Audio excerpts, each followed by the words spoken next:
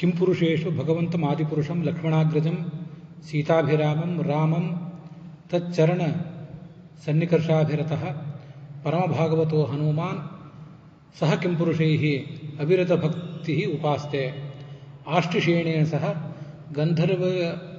ಗಂಧರ್ವೈಃ ಉಪಗೀಯಮಾನಾಂ ಪರಮಕಲ್ಯಾಣೀಂ ಭರ್ತೃ ಭಗವತ್ಕಥಾಂ ಸಮುಪಶೃಣೋತಿ ಸ್ವಯಂ ಚೇದಂ ಗಾಯತಿ.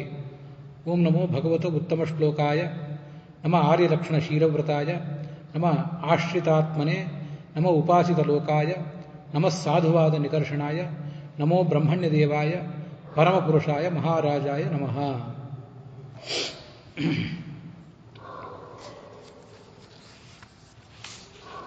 ಪರಾಭವ ಸಂವತ್ಸರದ ಈ ಶುಕ್ಲ ಪಕ್ಷದಲ್ಲಿ ರಾಮನವಮಿಯ ಸಂಭ್ರಮಯುಕ್ತವಾದ ಆಚರಣೆ ಎಲ್ಲ ಕಡೆ ನಡೆದಿರುವಂಥ ಪ್ರಸಂಗದಲ್ಲಿ ನಾವಿವತ್ತು ಈ ಸುಂದರಕಾಂಡದ ಶ್ರವಣದಲ್ಲಿ ತೊಡಗಿದ್ದೇವೆ. ಇವತ್ತು ವಿಶೇಷತಃ ಆ ಹನುಮಂತ ಶತ್ರುಗಳನ್ನು ಸದೆ ಬಡಿದದ್ದನ್ನು ನೋಡ್ತೇವೆ. ಅವನ ಅತುಲ ಪರಾಕ್ರಮಕ್ಕೊಂದು ನಿದರ್ಶನ. ಪರಾಭವ ಅಂತ ಸಂವತ್ಸರ. ಪರಾಭವ ಅಂದರೆ ಸೋಲು ಅಂತ ಅರ್ಥ. ನಮಗೆ ವೈಯಕ್ತಿಕವಾಗಿ ಆಗುವ ಸೋಲು ಅಂತ ಅದರ ಅರ್ಥ ಅಲ್ಲ. ಸಂವತ್ಸರಕ್ಕೆ ಹಾಗೇನು ಅರ್ಥ ಆಗಬೇಕಾಗಿಲ್ಲ. ನಮ್ಮನ್ನು ಮುತ್ತಿರುವ ದುಷ್ಟಶಕ್ತಿಗಳ ಸೋಲಾದರೆ ಅದು ನಮ್ಮ ಗೆಲುವೆ. ಹಾಗೆ ಆ ದುಷ್ಟಶಕ್ತಿಗಳ ಸೋಲಷ್ಟೇ ಅದು. ಮತ್ತು ಪರಾಭವ, ದುಷ್ಟಶಕ್ತಿಗಳಿಂದ ದೂರ ನಾವು ಇರೋದು. ಅವುಗಳ ಹಿಡಿತಕ್ಕೆ ಸಿಕ್ಕದಂತೆ, ಅವುಗಳ ಉಪಟಳಕ್ಕೆ ಸಿಕ್ಕದಂತೆ ನಾವು ದೂರ ಇದ್ದರೆ ಅದೇ ಪರಾಭವ. ಸಂಸ್ಕೃತದಲ್ಲಿ ಆ ಶಬ್ದಗಳನ್ನು ಹೇಗೋ ಅರ್ಥ ಮಾಡ್ಕೋಬಹುದು ನಾವು. ಅದಕ್ಕಾಗಿ ಅದನ್ನು ಹೇಳಿದೆ. ಹನುಮಂತನ ಆ ಶಕ್ತಿಯನ್ನು ಇಲ್ಲಿ ನಾವು ನೋಡ್ತೇವೆ. ತಾತ್ಪರ್ಯ ನಿರ್ಣಯ ಕೂಡ ಹೇಳಿದಂತೆ ಸೀತೆ ಇದ್ದಂಥ ಅದೊಂದು ವೃಕ್ಷ. ಕ್ಷಿತಿರುಹಮಿಮೇಕಂ ವರ್ಜಯಿತ್ವಾಶು ವೀರಃ ರಜನಿಚರ ವಿನಾಶಂ ಕಾಂಕ್ಷಮಾನೋತಿ ವೇಲಃ.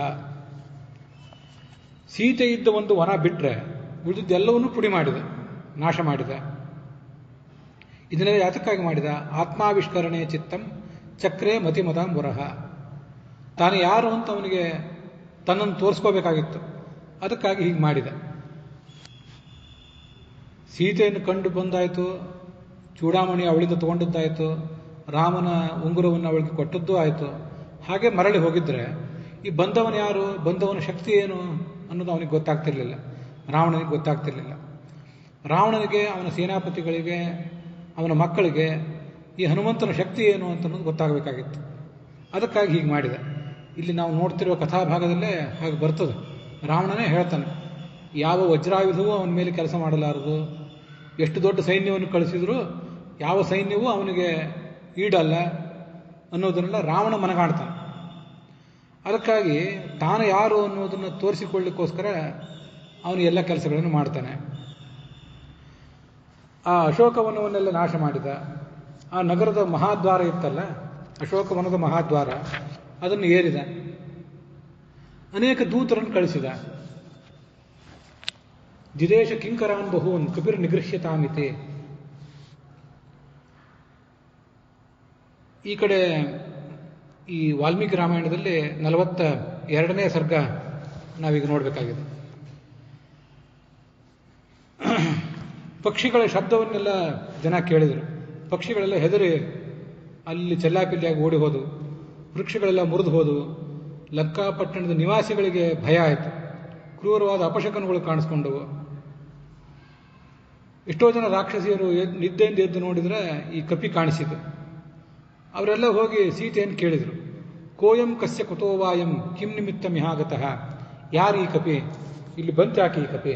ಇದನ್ನು ಹೇಳು. ಮತ್ತೆ ನೀನು ಅವನ ಜೊತೆ ಏನು ಮಾತಾಡಿದೆ ಅದನ್ನೆಲ್ಲ ಹೇಳು ಅಂತ ಅವ್ರು ಕೇಳಿದರು.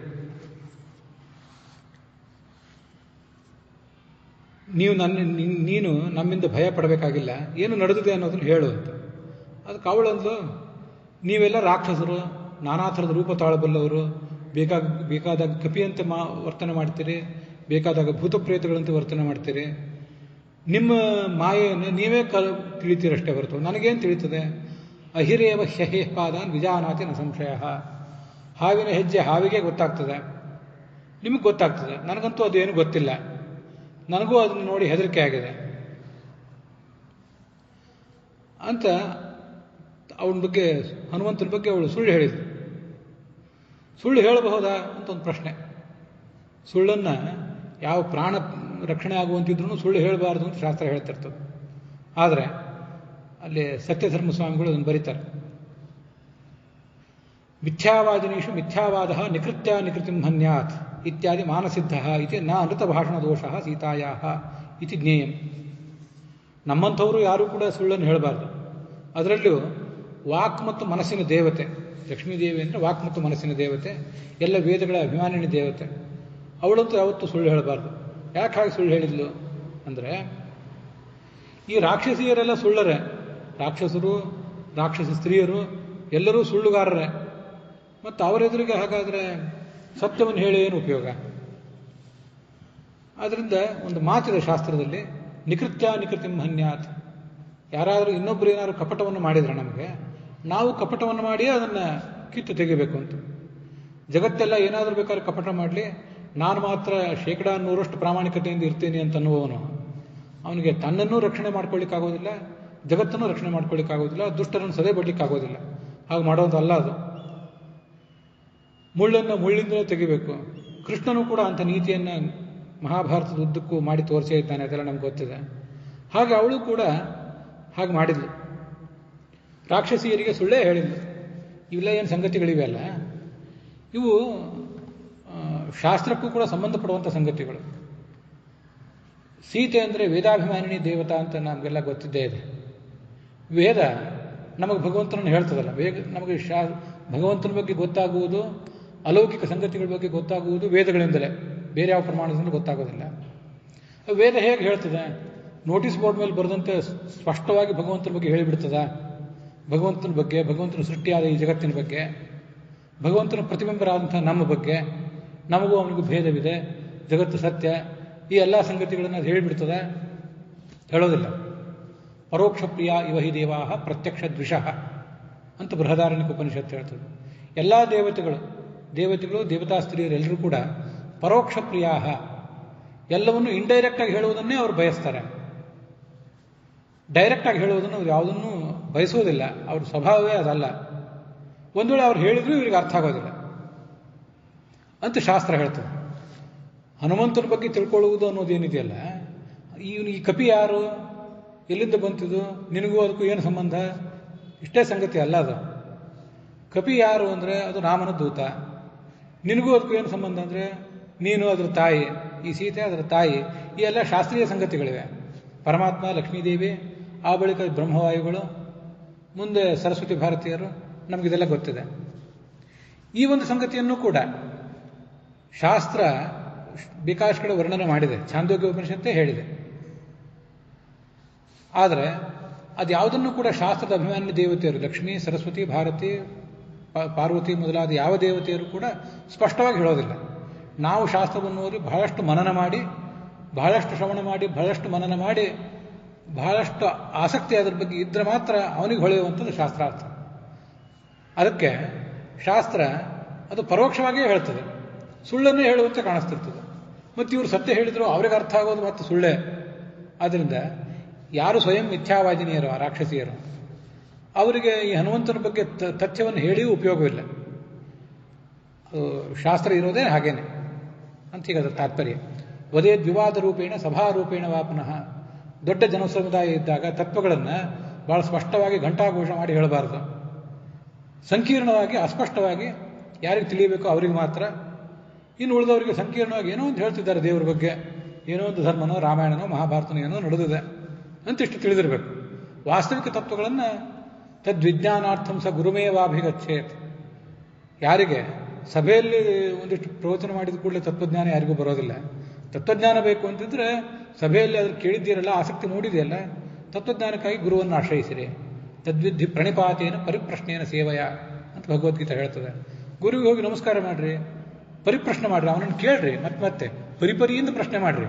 ಅದು ಹೇಗೆ, ಇದು ಹೇಗೆ, ಅಲ್ಲೇನೋ ನೀವು ಹೇಳಲಿಲ್ಲಲ್ಲ ಸ್ಪಷ್ಟವಾಗಿ, ಇಲ್ಲಿ ಹೇಳ್ರಿ ಅನ್ಬೇಕು ಅವನಿಗೆ. ಅವನು ಸೇವಾ ಮಾಡಬೇಕು. ಇಷ್ಟು ಮಾಡಿದರೆ ಗುರು ಹೇಳ್ತಾನೆ ಅಂತ ಶಾಸ್ತ್ರ ಹೇಳ್ತದೆ. ಅದಕ್ಕೆ ಸುಳ್ಳು ದೋಷ ಅಲ್ಲ. ಹಾಗಾದರೆ ಮುಂದೆ ಅವರು ರಾಕ್ಷಸಿಯರು ಏನು ಮಾಡಿದರು, ರಾವಣನ ಬಳಿಗೆ ಹೋದರು. ಒಬ್ಬ ವಾನರ ಸೀತೆ ಜೊತೆಗೆ ಮಾತಾಡ್ತಿದ್ದ, ಅವನಿನ್ನೂ ಅಲ್ಲೇ ಇದ್ದಾನೆ. ಅವನು ಯಾರು ಅಂತ ಕೇಳಿದ್ರೆ ಸೀತೆ ಏನು ಹೇಳ್ತಿಲ್ಲ. ಇಂದ್ರನ ದೂತ ಇರಬಹುದು, ಕುಬೇರನ ದೂತ ಇರಬಹುದು, ಯಾರಾದರೂ ಇರಬಹುದು. ಅವನು ನಮ್ಮ ಕಾಡನ್ನೆಲ್ಲ ನಾಶಪಡಿಸಿಬಿಟ್ಟ. ಆದರೆ ಅದೊಂದು ಅವಳಿರುವ ಪರಿಸರ ಒಂದು ಮಾತ್ರ ನಾಶಕ್ಕೊಳಗಾಗಿಲ್ಲ. ಇದೇನು ಅವಳಿಗೋಸ್ಕರ ಹಾಗಾಗಿರ್ಬೇಕದು. ಅದೇನಂತ ನೀವೇ ನೋಡಬೇಕು. ನಮಗಿದು ಅರ್ಥ ಆಗ್ತಿಲ್ಲ. ಶುಂಶುಭಾ ವೃಕ್ಷ ಮಾತ್ರ ಹಾಗೇ ಇದೆ, ಇಡೀ ವನ ನಷ್ಟ ಆಗಿ ಹೋಗಿದೆ. ನೀನು ಸೀತಾದೇವಿಯನ್ನು ಪರಿಗ್ರಹ ಮಾಡಿದ್ದಿ, ಸೀತಾದೇವಿಯನ್ನು ಪತ್ನಿಯನ್ನಾಗಿ ಸ್ವೀಕಾರ ಮಾಡಬೇಕು ಅಂತ ನೀನೀಗಾಗಲೇ ಅಪೇಕ್ಷೆ ಪಟ್ಟಿದ್ದಿ. ಅಂಥವಳ ಜೊತೆ ಮಾತಾಡಬೇಕಾದ್ರೆ ಜೀವದ ಆಸೆ ಬಿಟ್ಟು ಬಂದಿರಬೇಕಲ್ಲ ಆ ಕಪಿ. ಯಾರದು? ಅವನಿಗೇನು ಶಕ್ತಿ ಇದೆ? ರಾಕ್ಷಸಿಯರ ಮಾತನ್ನು ಕೇಳಿದಾಗ ರಾವಣನಿಗೆ ಕೋಪದಿಂದ ಮೈ ಉರಿಯುವಂತಾಯಿತು. ಕಣ್ಣಿನಿಂದ ಕೋಪದ ಕಣ್ಣೀರು ಹೊರಗೆ ಬಂದುವಂತು. ಅವನೇನು ಮಾಡಿದ, ಕೆಲವು ಕಿಂಕರರು ಅನ್ನೋ ರಾಕ್ಷಸರನ್ನ ಕಳಿಸಿದ. ವ್ಯಾಧಿದೇಶ ಮಹಾತೇಜಾ ನಿಗ್ರಹಾರ್ಥಂ ಹನುಮತಃ ತೇಷಾಂ ಅತೀಥಿ ಸಾಹಸ್ರಂ ಕಿಂಕರಾಣಾಂ ತಪಸ್ವಿನಾಂ. ಸಾಮಾನ್ಯವಾಗಿ ಕಿಂಕರರು ಅಂದರೆ ಸಂಸ್ಕೃತದಲ್ಲಿ ಸೇವಕರು ಅಂತ ಅರ್ಥ. ಕಿಮ್ ಅಂದರೆ ಏನು, ಕರ ಅಂದರೆ ಮಾಡಬೇಕು. ಏನು ಮಾಡಬೇಕು ಅಂತ ಬಂದು ಕೇಳ್ತಾರೆ. ಕರೆದ ಕೂಡಲೇ ಏನು ಮಾಡಬೇಕು ಅಂತ ಬಂದು ಕೇಳ್ತಾರೆ, ಕಿಂಕರ ಅಂತ ಇರ್ತಾರೆ. ಇವರು ರಾವಣನ ಕಿಂಕರರೇ. ಆದರೆ ಆ ರಾಕ್ಷಸರ ಆ ಬೆಟಾಲಿಯನ್ ಇತ್ತಲ್ಲ, ಕಿಂಕರರು ಅಂತ ಹೆಸರೇ ಇದೆ. ಅದು ಬರೀ ಅವರಿಗೆ ಸೇವಕರು ಅನ್ನೋ ದೃಷ್ಟಿಯಿಂದ ಅಲ್ಲ, ಕಿಂಕರ ಅಂತ ಅನ್ನೋದೊಂದು ಗುಂಪದು. ಅಂಥ ಗುಂಪಿನವರು ಅವರನ್ನೆಲ್ಲ ಕರೆಸಿದ, ಈ ಹನುಮಂತನನ್ನು ನಿಗ್ರಹ ಮಾಡಿ ಹೋಗಿ ಅಂಥೇಳಿ. ದಿದೇಶ ಕಿಂಕರಾನ್ ಬಹೂನ್ ಕಪಿರ ನಿಗೃಹ್ಯತಾಮಿತಿ. ಕೆಲವು ರಾಮಾಯಣದಲ್ಲಿ ಬರದೇ ಇರುವ ಸಂಗತಿಗಳನ್ನು ತಾತ್ಪರ್ಯ ನಿರ್ಣಯದಲ್ಲಿ ಆಚಾರ್ಯ ಹೇಳ್ತಾರೆ. ಸಮಸ್ತಶೋ ವಿಮೃತ್ಯವೋ ವರಾಧರಸ್ಯ ಕಿಂಕರಾಹ ಸಮಾಸದನ್ ಮಹಾಬಲಂ ಸುರಾಂತರಾತ್ಮನೋಂಗಜಂ. ಅವರೆಲ್ಲ ಶಿವನ ವರ ಪಡ್ಕೊಂಡವರು, ಅವನ ಬಳಿಗೆ ಬಂದರು. ಒಟ್ಟು 80 ಕೋಟಿ ಯೂತಪಂ ಪುರಸ್ಸರಾಷ್ಟಕಾಯುತಂ ಅನೇಕ ಹೇತಿ ಸಂಕುಲಂ ಕಪೀಂದ್ರ ಮಾವೃಣೋದ್ಬಲಂ ಅಂತ ಆಚಾರ್ಯ ತಾತ್ಪರ್ಯ ನಿರ್ಣಯದಲ್ಲಿ ಹೇಳ್ತಾರೆ. ಸಂಖ್ಯೆ ಎಷ್ಟಿತ್ತು? ತುಂಬ ವಿಚಿತ್ರ. ಆಚಾರ್ಯರು ಹೇಳಿರುವ ರೀತಿ ತುಂಬ ವಿಚಿತ್ರವಾಗಿದೆ. ಇಲ್ಲಿ ವಾಲ್ಮೀಕಿ ರಾಮಾಯಣದಲ್ಲೂ ಅದನ್ನು ವರ್ಣನೆ ಮಾಡ್ತಾರೆ.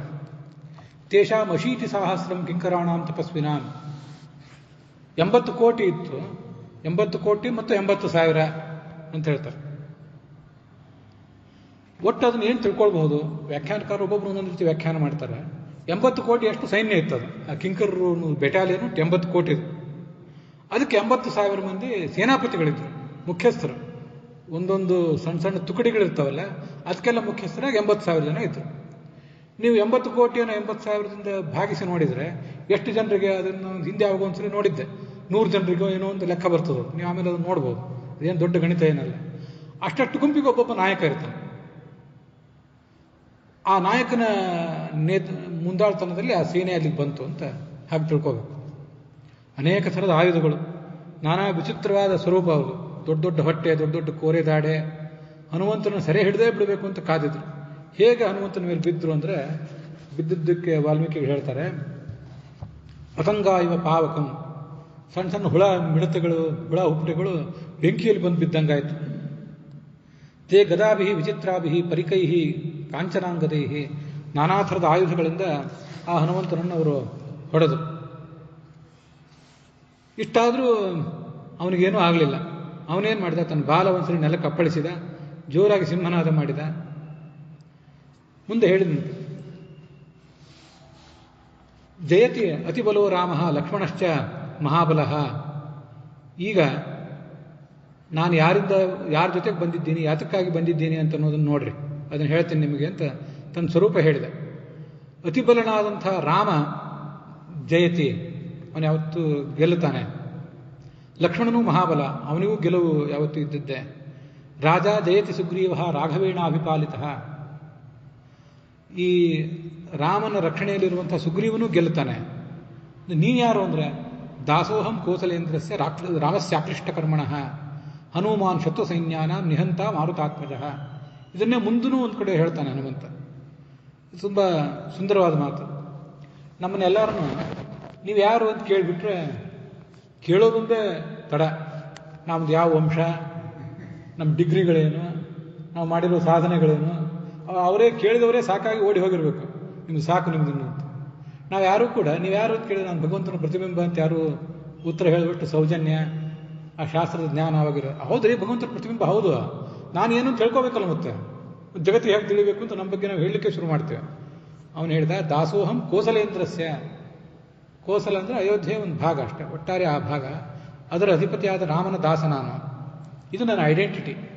ಮನುಷ್ಯನ ಐಡೆಂಟಿಟಿ ಏನಂದರೆ ನಾನು ಭಗವಂತನ ಪ್ರತಿಬಿಂಬ ಅನ್ನೋದು ಅವನ ಐಡೆಂಟಿಟಿ. ಅವನೆಂಥವನು ರಾಮ, ಅಕ್ಲಿಷ್ಟ ಕರ್ಮ ರಾಮ. ಯಾವುದೇ ಕೆಲಸವನ್ನಾದರೂ ಏನೂ ಕಷ್ಟ ಇಲ್ಲದೆ ಮಾಡಿ ಮುಗಿಸುವವನು. ಅದನ್ನು ಭಾಗವತ ತಾತ್ಪರ್ಯದಲ್ಲಿ ಹೇಳ್ತಾರೆ. ಭಗವಂತನ ಅಕರ್ತ ಅಂತಂತಿರ್ತಾರೆ. ಯಾಕೆ ಅಕರ್ತ ಅಂತಾರೆ ಅಂದರೆ, ನಾವು ನೀವು ಕರ್ತ ಯಾಕೆಂದರೆ ಬಹಳ ಕಷ್ಟಪಟ್ಟು ಕೆಲಸ ಮಾಡ್ತೇವೆ, ಏನೋ ಪ್ರಯೋಜನ ಬಯಸಿ ಕೆಲಸ ಮಾಡ್ತೇವೆ, ಅದನ್ನು ನಮ್ಮನ್ನು ಕರ್ತ ಅಂತಾರೆ. ಭಗವಂತ ಯಾಕೆ ಅಕರ್ತ ಅಂದರೆ ಅಕ್ಲಿಷ್ಟಕಾರಿ. ಆದ್ದರಿಂದ ಅವನು ಕೆಲಸ ಮಾಡಿದರೂ ಮಾಡದೇ ಇರೋಂತೆ ಇರ್ತದೆ. ಅಷ್ಟು ಅನಾಯಾಸವಾಗಿ ಕೆಲಸ ಮಾಡಿ ಮುಗಿಸಿರ್ತಾನೆ, ಫಲ ಬೇಕಾಗಿಲ್ಲ. ಆದ್ದರಿಂದ ಅವನು ಅಕರ್ತ, ಯಾಕೆಂದರೆ ಅಕ್ಲಿಷ್ಟ ಕರ್ಮ ಆದ್ದರಿಂದ ಅಂತ ಅವನು ವರ್ಣನೆ ಮಾಡ್ತಾನೆ. ಅದು ಭಾಗವತ ತಾತ್ಪರ್ಯದಲ್ಲಿ ಬಂದ ಶಬ್ದ ಅದು. ಅದಕ್ಕಾಗಿ ಹಾಗೆ ಅನಾಯಾಸವಾಗಿ ಕೆಲಸಗಳನ್ನು ಮಾಡಿ ಮುಗಿಸಬಲ್ಲ ಕರ್ತ ಆದರೂ ಅಕರ್ತ. ಎಲ್ಲ ಜಗತ್ತಿನ ಎಲ್ಲ ಕೆಲಸಗಳನ್ನು ಮಾಡ್ತಾನೆ, ಉತ್ಪತ್ತಿ ಸ್ಥಿತಿ ಸಂಹಾರ ಎಲ್ಲವನ್ನೂ ಮಾಡ್ತಾನೆ. ನಿಮ್ಮಂಥ ರಾಕ್ಷಸರನ್ನು ಸಂಹಾರ ಮಾಡುವುದೇನು ಅವನಿಗೆ ದೊಡ್ಡ ಕೆಲಸ ಏನಲ್ಲ, ಅವನು ಮಾಡ್ತಾನೆ. ನರಾವಣ ಸಹಸ್ರಮೇ ಯುದ್ಧೇ ಪ್ರತಿಫಲಂ ಭವೇತ್. ಯಾವನು ಒಬ್ಬ ರಾವಣ ಅಲ್ಲ, 1,000 ಜನ ರಾವಣರು ನನ್ನ ಎದುರಿಗೆ ಬಂದರೂ ಅವರೇನು ನನಗೆ ಸಮಾನರಲ್ಲ ತಿಳ್ಕೊಂಡ್ಬಿಡ್ರಿ. ಇಡೀ ಲಂಕೆಯನ್ನು ನಾನು ದೊಡ್ಡ ದೊಡ್ಡ ಬಂಡೆಕಲ್ಲು, ದೊಡ್ಡ ದೊಡ್ಡ ಮರಗಳು ಇವುಗಳಿಂದ ಪುಡಿ ಮಾಡಿ ನೀವೆಲ್ಲ ರಾಕ್ಷಸರು ನೋಡ್ತಿದ್ದಂತೆ ನಿಮ್ಮನ್ನು ಕಡೆಗಣಿಸಿ ನಾನು ರಾಮನ ಬಳಿಗೆ ಹೋಗ್ತೇನೆ ಅಂತ ತನ್ನ ಶಕ್ತಿಯನ್ನು ಹೇಳಿಕೊಂಡ. ಅವರೆಲ್ಲ ಅವನನ್ನು ಆಕ್ರಮಿಸಿದರು. ಆದರೆ ಅವನೇನು ಮಾಡಿದ, ಆ ಪರಿಸರದಲ್ಲಿ ಒಂದು ದೊಡ್ಡ ದ್ವಾರ ಏನಿತ್ತು, ಆ ದ್ವಾರಕ್ಕೊಂದು ದೊಡ್ಡ ಅಗಳಿ ಇತ್ತು. ಈಗಿನ ಕಾಲದಲ್ಲಿ ನೋಡಿರ್ಲಿಕ್ಕಿಲ್ಲ, ಎಲ್ಲಾರ ಹಳೆ ಮನೆಗಳಲ್ಲೇ ನೀವು ನೋಡಿರ್ಬೇಕು, ಇಷ್ಟಿಷ್ಟು ದೊಡ್ಡ ದೊಡ್ಡ ಅಗಳಿಗಳಿರ್ತಿರ್ತಾವೆ. ಕೆಲವು ಹಳೆಯ ಮನೆಗಳಿಗೆ ಆಳೆತ್ತರದ ಬಾಗಿಲು, ಅದಕ್ಕೆ ಇಷ್ಟಿಷ್ಟು ದೊಡ್ಡ ಅಗಳಿಗಳು, ಅಂಥದ್ದೊಂದಿತ್ತು. ಅದನ್ನೇ ಕೈಯಲ್ಲಿ ತಗೊಂಡು ಪರಿಹ ಅಂತಾರೆ. ಕೆಲವು ಮರದ್ದಿರ್ತವೆ, ಆ ಮರಕ್ಕೆ ಕಬ್ಬಿಣದ ಒಂದು ಕವಚ ಇರ್ತದೆ, ಅಂಥದನ್ನೇ ತಗೊಂಡ ಆಕಾಶದಲ್ಲಿ ಹಾಲಿಕ್ಕೆ ತೊಡಗಿದ. ಇಂದ್ರ ವಜ್ರಾಯುಧದಿಂದ ಸಂಹಾರ ಮಾಡಿದಂತೆ, ರಾಕ್ಷಸರನ್ನು ಸಂಹಾರ ಮಾಡಿದಂತೆ ಇವರೆಲ್ಲರನ್ನೂ ಸಂಹಾರ ಮಾಡಿದ. ಆ ಬಾಗಿಲಿನ ಹತ್ರ ಹೋಗಿ ನಿಂತ್ಕೊಂಡ. ಉಳಿದವರೆಲ್ಲ ಹೆದರಿ ರಾವಣನಿಗೆ ಹೋಗಿ ಆ ಸುದ್ದಿಯನ್ನು ಹೇಳಿದರು.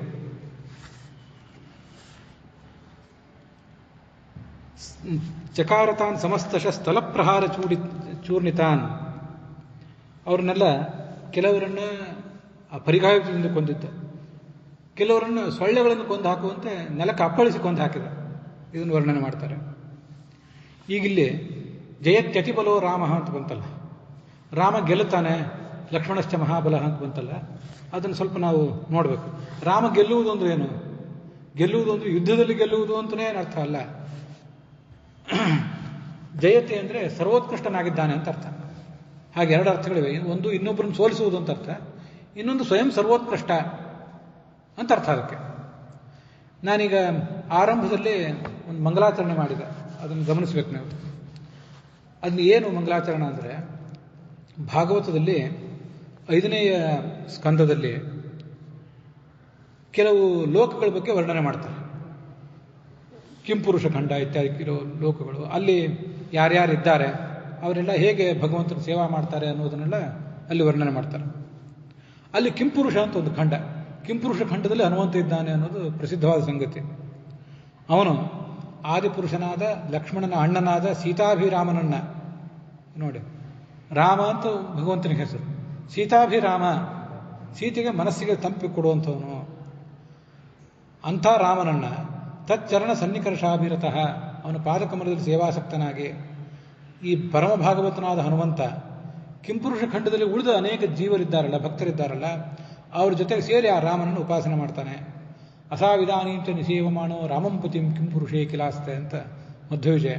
ಇವತ್ತಿಗೂ ರಾಮನ ಸೇವಾ ಮಾಡ್ತಾ ಹನುಮಂತ ಕಿಂಪುರುಷ ಖಂಡದಲ್ಲಿ ಇದ್ದಾನೆ ಅಂತ ಮಧ್ವವಿಜಯ ಹೇಳ್ತದೆ.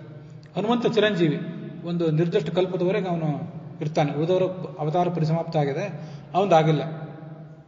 ಮತ್ತೆ ಅಲ್ಲಿ ಕೆಲವರು ಗಂಧರ್ವರು ಇರ್ತಾರೆ.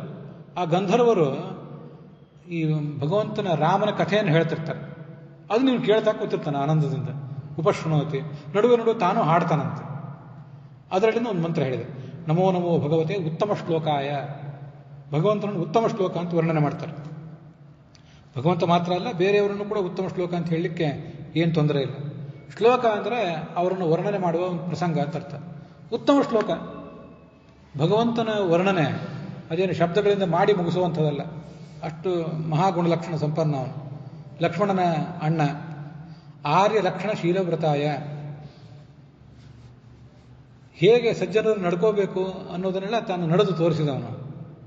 ಉಪಶ್ರಿತಾತ್ಮ, ಎಲ್ಲರೂ ಕೂಡ ಅವನನ್ನು ಬಯಸಬೇಕು, ಅವನ ಸಮೀಪಕ್ಕೆ ಹೋಗಬೇಕು, ಅವನನ್ನು ಸೇವಿಸಬೇಕು. ಉಪಾಸಿತ ಲೋಕಾಯ, ಜನ ಮಾತ್ರ ಅಲ್ಲ, ಎಲ್ಲ ಲೋಕಗಳು 14 ಲೋಕಗಳು ಕೂಡ ಅವನನ್ನು ಉಪಾಸಿಸಬೇಕು. ಸಾಧುವಾದ ನಿಕರ್ಷಣಾಯ, ಇದು ತುಂಬ ಸುಂದರವಾದ ಶಬ್ದ. ಅದೇನು ಸಾಧುವಾದ ನಿಕರ್ಷಣಾಯ ಅಂದರೆ, ಸಜ್ಜನರು ಅಂದರೆ ಹೇಗಿರಬೇಕು ಅನ್ನೋದನ್ನು ಒಂದೆಲ್ಲಾದರೂ ಹೊರೆ ಹಚ್ಚಿ ನೋಡಬೇಕು ಅಂತಿದ್ರೆ ರಾಮನಂತೂ ಇರಬೇಕು. ಸಾಣೆಕಲ್ಲು, ಯಾವುದಾದ್ರು ಒಂದು ಬಂಗಾರು ಇತ್ಯಾದಿ ಶುದ್ಧಿಗಳನ್ನು ಕಲ್ಲಿನ ಮೇಲೆ ತಿಕ್ಕಿ ಪರೀಕ್ಷೆ ಮಾಡ್ತಿರ್ತಾರೆ ಅಂತ ಹೇಳ್ತಿರ್ತಾರಲ್ಲ, ಹಾಗೆ ಸಜ್ಜನರು ಅನ್ನೋದನ್ನು ಹೇಗೆ ಪರೀಕ್ಷಿಸಬೇಕು ಅಂದರೆ ಅದಕ್ಕೊಂದು ಹೊರೆಗಲ್ಲಿನಂತೆ ಇರುವಂಥವನು ಈ ರಾಮ ಅಂತ ಅದರ ಅರ್ಥ. ಬ್ರಹ್ಮಣ್ಯ ದೇವಾಯ, ಎಲ್ಲ ದೇವತೆಗಳಿಗೂ ಅವನು ಆಶ್ರಯದಾತ. ಮಹಾಪುರುಷಾಯ, ಮಹಾರಾಜಾಯ, ಜಗತ್ತಿನಲ್ಲಿ ಮಹಾರಾಜ ಯಾರಾದರೂ ಇದ್ದರೂ ಅವನೊಬ್ಬರೇ ಮಹಾರಾಜ. ಇದು ಅವನ ಒಂದು ಶ್ಲೋಕ. ಇದನ್ನು ಯಾಕೆ ಇವತ್ತು ಹೇಳಿದೆ ಅಂದರೆ, ರಾಮನ ಕುರಿತಾಗಿ ಭಾಗವತದಲ್ಲೇ ಒಂದೆರಡು ಮಂತ್ರಗಳಿವೆ, ಭಾಗವತ ತಾತ್ಪರ್ಯದಲ್ಲಿವೆ, ಗೀತಾ ಭಾಷ್ಯದಲ್ಲಿ ಆಚಾರ್ಯ ಒಂದು ವೇದವಾಕ್ಯ ಹೇಳಿದ್ದಾರೆ. ಹೀಗೆ ಅನೇಕ ಥರದ ಮಂತ್ರಗಳಿವೆ. ಇಲ್ಲೇನಿದೊಂದು ಮಂತ್ರ ಅಂತ ಬಂತಲ್ಲ, ಈ ಭಾಗದಲ್ಲಿ, ಭಾಗವತದ ಈ ಭಾಗದಲ್ಲಿ ರಾಮ, ನರಸಿಂಹ, ಮತ್ಸ್ಯ, ಕೂರ್ಮ, ಹಯಗ್ರೀವ, ವರಾಹ ಇತ್ಯಾದಿ ಅನೇಕ ಮಂತ್ರಗಳನ್ನು ಹೇಳ್ತಾರೆ. ಇದನ್ನು ನಾನು ಎಲ್ಲರೂ ಗಮನ ಸೆಳೆಯೋದಕ್ಕೆ ಏನು ಕಾರಣ ಅಂದರೆ, ನಾವು ಗಾಯತ್ರಿ, ಕೃಷ್ಣ ಮಂತ್ರ ಇತ್ಯಾದಿಗಳನ್ನು ಮಾಡ್ತೇವಲ್ಲ, ಸ್ತ್ರೀಯರು ಕೃಷ್ಣ ಮಂತ್ರ ಇತ್ಯಾದಿಗಳನ್ನು ಮಾಡ್ತಾರೆ. ಅದಕ್ಕೊಂದು ನಿರ್ದಿಷ್ಟ ಪ್ರಮಾಣದ ಶುದ್ಧಿ ಬೇಕು. ಅಂಗನ್ಯಾಸ, ಕರನ್ಯಾಸ ಬೇಕು, ಋಷಿ ಛಂದಸ್ ಬೇಕು, ಮತ್ತು 10 ಜಪ ಮಾಡಿದ್ಮೇಲೆ ಒಂದು ತರ್ಪಣ ಅಂತೆಲ್ಲ ಮಾಡ್ತಿರ್ತಾರೆ. ಈ ಮಂತ್ರಗಳಿವೆ ಅಲ್ಲ, ಇವು ಯಾವ ಮಂತ್ರಗಳಿಗೂ ಕಡಿಮೆ ಏನಿಲ್ಲ, ಮತ್ತು ಇವಕ್ಕೆ ಅಂಗನ್ಯಾಸ, ಕರನ್ಯಾಸ ಬೇಕಾಗಿಲ್ಲ. ಗಾಯತ್ರಿ ಮಾಡುವುದಾದ್ರೆ 10 ಮಾಡಬೇಕು, ಇಲ್ಲ 100 ಮಾಡಬೇಕು. ನಾವು ಬೇಕಾದ್ರೆ 30 ಗಾಯತ್ರಿ ಮಾಡಿದೆ, 33 ಮಾಡಿದೆ, 45 ಮಾಡಿದೆ ಅಂತ ಮಾಡುವಂಗಿಲ್ಲ ಗಾಯತ್ರಿ. ಕೃಷ್ಣ ಮಂತ್ರನೂ ಹಾಗೆ. ಆದರೆ ಇವಕ್ಕೆಲ್ಲದಕ್ಕೂ ಕೂಡ ನಿಮಗೆ ಎಷ್ಟು ಮಾಡಬೇಕು ಅಂತಿದೆಯೋ ಅಷ್ಟು ಮಾಡಿರಿ, ಬೇಡಾದಾಗ ನಿಲ್ಲಿಸ್ರಿ, ಮತ್ತೆ ಪ್ರಾರಂಭ ಮಾಡಿರಿ. ಧ್ಯಾನ ಶ್ಲೋಕ ಇಲ್ಲ. ಸಾಮಾನ್ಯವಾಗಿ ಇಂಥ ಒಂದು ಶುದ್ಧಿ, ಪ್ರವಚನ, ಪಾಠ ಮೊದಲಾದವುಗಳಿಗೊಂದು ಏನು ಶುದ್ಧಿ ಕಾಲು ತೊಳ್ಕೊಂಡು ಕೂತಿರ್ತೇವಲ್ಲ, ಇಷ್ಟು ಶುದ್ಧಿ ಸಾಕು. ಎಷ್ಟು ಸರಿ ಹೇಳಿದಿರಿ, ಅದಕ್ಕೇನಾದ್ರು ಲೆಕ್ಕ ಬೇಕಾ? ಏನೂ ಬೇಕಾಗಿಲ್ಲ. ಅಂಥ ಉತ್ತಮವಾದಂಥ ಕೆಲವು ಮಂತ್ರಗಳಿವೆ. ಅದರಲ್ಲಿ ರಾಮನ ಕುರಿತಾದ ಮಂತ್ರವನ್ನು ಭಾಗವತದ 5ನೇ ಸ್ಕಂದದಲ್ಲಿ 19ನೇ ಅಧ್ಯಾಯದಲ್ಲಿ ಬಂದದ್ದನ್ನು ಈಗ ನಾನು ಹೇಳಿದೆ. ಅದನ್ನು ಎಲ್ಲರೂ ಕೂಡ ಹೇಳ್ಬೋದು. ಭಾಗವತವನ್ನು ಕೂಡ ಭಾಗವತ, ಮಹಾಭಾರತವನ್ನು, ಅದರಲ್ಲಿ ಬಂದಿರುವ ಸ್ತೋತ್ರಗಳನ್ನು, ಗೀತಾ, ವಿಷ್ಣು ಸಹಸ್ರನಾಮ ಮೊದಲಾದವುಗಳನ್ನು ಹೇಳುವ ಪದ್ಧತಿ ನಿಮ್ಮ ಮನೆಯಲ್ಲಿ ಸ್ತ್ರೀಯರಲ್ಲಿದ್ದರೆ ಅವರು ಇವನ್ನೂ ಹೇಳ್ಬೋದು. ಅದಿಲ್ಲದೆ ಹೋದರೆ ಅವರವ್ರ ಸಂಪ್ರದಾಯಕ್ಕೆ ತಕ್ಕಂತೆ, ನಾವು ವಿಷ್ಣು ಸಹಸ್ರನಾಮ ಮೊದಲಾದವುಗಳನ್ನು ಹೇಳುವುದಿಲ್ಲ ಅಂತಿದ್ರೆ ಹಾಗಾದರೆ ಭಾಗವತದ ಈ ಮಂತ್ರವೂ ಬೇಡ. ವಿಷ್ಣು ಸಹಸ್ರನಾಮ ಹೇಳ್ತೀವಿ ನಾವು, ಭಗವದ್ಗೀತೆ ಹೇಳ್ತೀವಿ ಅಂತ ಯಾರು ಸ್ತ್ರೀಯರಿದ್ದರೆ ಅವರು ಇದನ್ನು ಕೂಡ ಹೇಳ್ಬೋದು. ಅದಕ್ಕಾಗಿ ನಿಮ್ಗೆ ಅದನ್ನು ಸೂಚನೆ ಮಾಡಿದೆ. ಅದರ ಆಯ್ಕೆ ನಿಮಗೆ ಬಿಟ್ಟದ್ದು. ಆ ಹನುಮಂತ ಆ ಗೋಪುರವನ್ನು ಏರಿದ. ಅದೇನು ಗೋಪುರ ಅಂದರೆ ಚೈತ್ಯ ಪ್ರಾಸಾದ ಅಂತ ಕರೀತಾರೆ. ಚೈತ್ಯ ಅಂದರೆ ಅದೊಂದು ದೇವಾಲಯ. ಅದನ್ನು ಸತ್ಯಧರ್ಮ ಸ್ವಾಮಿಗಳು ಕೂಡ ಹಾಗೇ ಬರೀತಾರೆ. ರಾಕ್ಷಸ ಕುಲದೇವತಾ ಪ್ರಸಾದ ನ ವಿನಾಶಿತ. ಎಲ್ಲನೂ ನಾಶ ಮಾಡಿದೆ, ಇದೊಂದನ್ನು ಇನ್ನೂ ಮಾಡಲಿಲ್ವಲ್ಲ. ಯಾವುದು ಅಂದರೆ ರಾಕ್ಷಸರ ಕುಲದೇವತೆಯ ಒಂದು ದೇವಸ್ಥಾನ ಮಾತ್ರ ಹಾಗೆ ಉಳಿದಿತ್ತು. ಆದ್ದರಿಂದ ಅದೊಂದು ನಾನು ಹಾಗೆ ಬಿಟ್ಟನಲ್ಲ, ಅದನ್ನೂ ಧ್ವಂಸ ಮಾಡಿಬಿಡ್ತೀನಿ ತಡೀರಿ ಅಂತ ಅಲ್ಲಿಗೆ ಬಂದ. ಚೈತ್ಯ ಅಂದರೆ ದೇವಾಲಯ, ಪ್ರಾಸಾದ ಅಂದರೆ ದೊಡ್ಡ ಒಂದು ಗೋಪುರ, ಮೇಲಿನ ಅಟ್ಟ, ಫ್ಲೋರ್ಗಳು, ಫಸ್ಟ್ ಫ್ಲೋರ್, ಸೆಕೆಂಡ್ ಫ್ಲೋರ್ ಇಂಥದನ್ನೆಲ್ಲ. ತನ್ನ ಬಲ ಏನು ತೋರಿಸ್ಬೇಕಾಗಿತ್ತು, ಅದ್ರ ಕಡೆ ಹಾರಿದ, ಅಲ್ಲಿ ಕುತ್ಕೊಂಡ. ಸೂರ್ಯನಂತೆ ಕಾಣಿಸ್ತಿದ್ದ. ಆ ಚೈತ್ಯ ಪ್ರಾಸಾದವನ್ನು ಪುಡಿಗಟ್ಟಿಬಿಟ್ಟ. ತನ್ನ 2 ಭುಜಗಳನ್ನು ತಟ್ಟಿಕೊಂಡಂತ, ಭುಜಗಳನ್ನು ಅಪ್ಪಳಿಸ್ಕೊಂಡ. ಆ ಶಬ್ದ ಕೇಳಿ ಆಕಾಶದಲ್ಲಿ ಹಾರ್ತಿರುವ ಪಕ್ಷಿಗಳಿಗೆಲ್ಲ ಎದೆ ಒಡೆದಂತಾಯ್ತು. ತಪನೆ ಕೆಳಗೆ ಬಿದ್ದು ಅಂತ. ಅದ್ರ ರಕ್ಷಣೆಗೆ ಅಂತ ಕೆಲವರು ರಾಕ್ಷಸರಿದ್ದರು, ಅವರೆಲ್ಲ ಮೂರ್ಛೆ ಹೋದರು. ಮತ್ತೆ ರಾಮನ ಕುರಿತು ಅವನು ಘೋಷಣೆ ಮಾಡಿದ.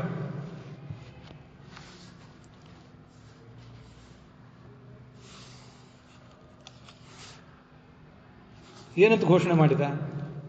ಈ ರಾಮ ಜಯಶಾಲಿಯಾಗಿದ್ದಾನೆ ಅಂತ ರಾಮನ ಕುರಿತು ಮತ್ತೊಂದಿಷ್ಟು ಅವನ ಗುಣವನ್ನು ವರ್ಣನೆ ಮಾಡಿದ. ಲಕ್ಷ್ಮಣನೂ ಜಯಶಾಲಿಯಾಗಿದ್ದಾನೆ, ಸುಗ್ರೀವನೂ ಜಯಶಾಲಿಯಾಗಿದ್ದಾನೆ ಅಂತ ಹೀಗೆಲ್ಲ ಮತ್ತೆ ಅದೇ ಮಂತ್ರಗಳನ್ನು, ಅದೇ ರಾಮನ ಗುಣಗಾನವನ್ನು ಮಾಡಿದ. ಈಗ ಕಿಂಕರರು ಅಂತ ಏನು ಬಂದಿದ್ರಲ್ಲ ಅವರು ಓಡಿ ಹೋಗಿದ್ರು. ಆದರೆ ಚೈತ್ಯ ಪ್ರಾಸಾದವನ್ನು ರಕ್ಷಣೆ ಮಾಡೋರು ಕೆಲವರು ಇದ್ದರಲ್ಲ, ಆ ದೇವಾಲಯವನ್ನು ರಕ್ಷಣೆ ಮಾಡೋರು, ಅವರು ಧಾವಿಸಿ ಬಂದರು.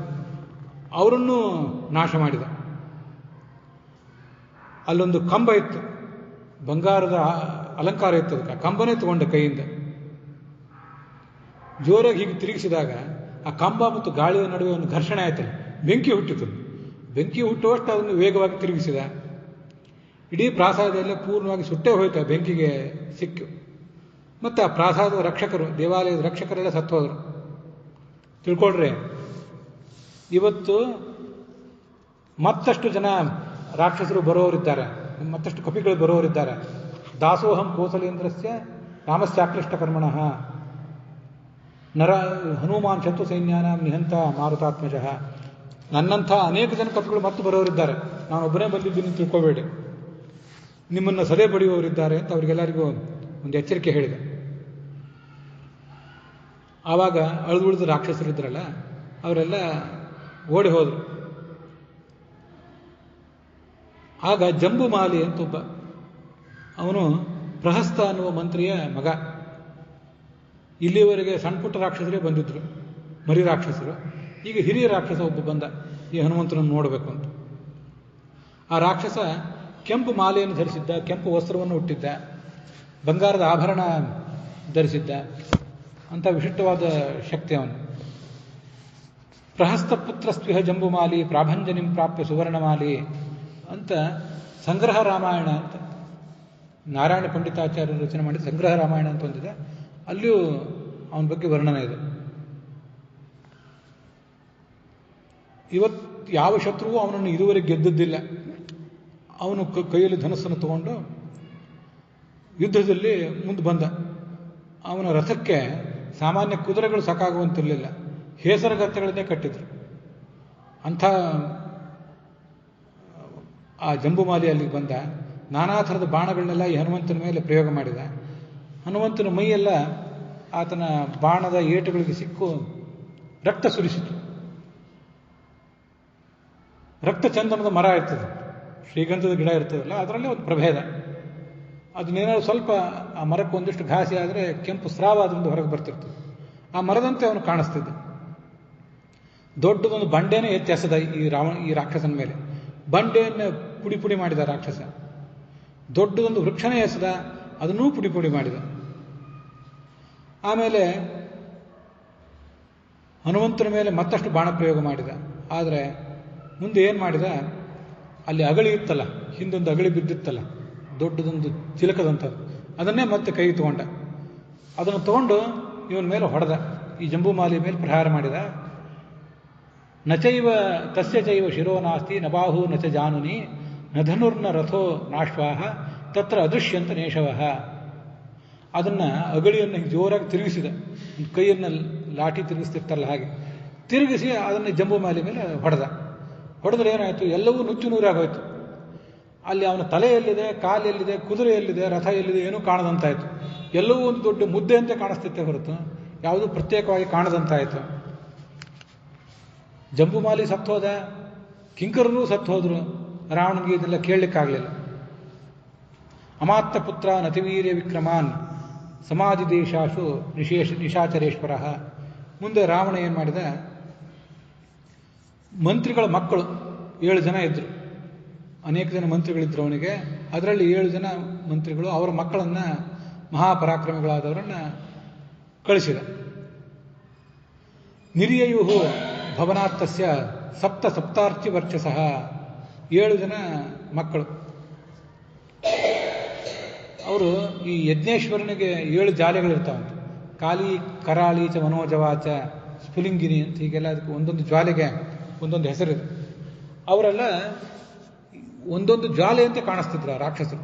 ಅವರೆಲ್ಲ ಈ ಹನುಮಂತನ ಮೇಲೆ ದಾಳಿ ಮಾಡಲಿಕ್ಕೆ ಅಂತ ಬಂದರು.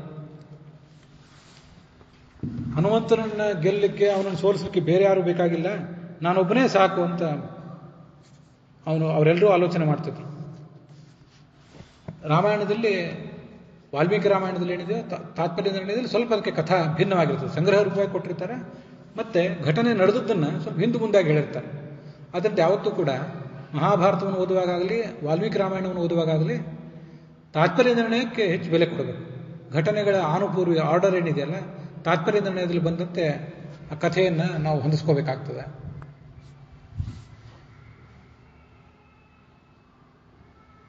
ಕುದುರೆಗಳನ್ನು ಕಟ್ಟಿದ ರಥಗಳು, ಈ ಕಡೆ ಆ ಕಿಂಕರರು ಅಂತಿದ್ರಲ್ಲ, ಕಿಂಕರರು ಅಂತ ರಾಕ್ಷಸರ ಬೆಟಾಲಿಯನ್ ಏನಿತ್ತಲ್ಲ, ಅವ್ರ ಕುಟುಂಬದವರೆಲ್ಲ ಗೋಳಾಡ್ತಾ ಇದ್ರು, ನಾವು ತಮ್ಮ ಮಕ್ಕಳನ್ನೆಲ್ಲ ಕಳ್ಕೊಂಡು. ಈ ಕಡೆ ಹನುಮಂತ ಮತ್ತು ಆ ಕಿಂಕರರಿಗೆ ಯುದ್ಧ ಪ್ರಾರಂಭ ಆಯಿತು. ಕೆಲವರನ್ನ ಅಂಗಾಲುಗಳಿಂದ ಕೊಂದು ಹಾಕಿದ, ಅಂಗೈಗಳಿಂದ ಬಡಿದು ಕೊಂದು ಹಾಕಿದ, ಪಾದಗಳಿಂದ ತುಳಿದ ಕೆಲವರನ್ನು ಉಗುಳುಗಳಿಂದ ಸೀಳಿ ಹಾಕಿದ, ಕೆಲವರಿಗೆ ಹೋಗಿ ತನ್ನ ಎದೆಯಿಂದ ಹಾಯ್ದ, ಹೋಗಿ ಸಂಘರ್ಷ ಮಾಡಿದ, ಡಿಕ್ಕಿ ಹೊಡೆದ. ಆ ಎದೆಯ ಸಂಘರ್ಷಕ್ಕೆ ಅವರು ಸತ್ತೋಗಿಬಿಟ್ರು. ದಿಕ್ಕಾಪಾಲಾಗಿ ಓಡಿ ಹೋದರು. ಯುದ್ಧ ಭೂಮಿಯೆಲ್ಲ ಅಸ್ತವ್ಯಸ್ತ ಆಗಿ ಹೋಯಿತು.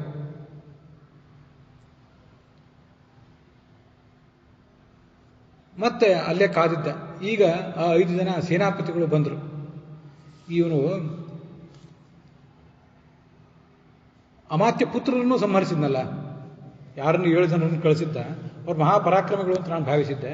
ಆದರೆ ಅವರನ್ನು ಹನುಮಂತ ಕೊಂದು ಹಾಕಿದ ಅಂತನ್ನೋದು ರಾವಣನಿಗೆ ಬಹಳ ಭಯ ಆಯಿತು.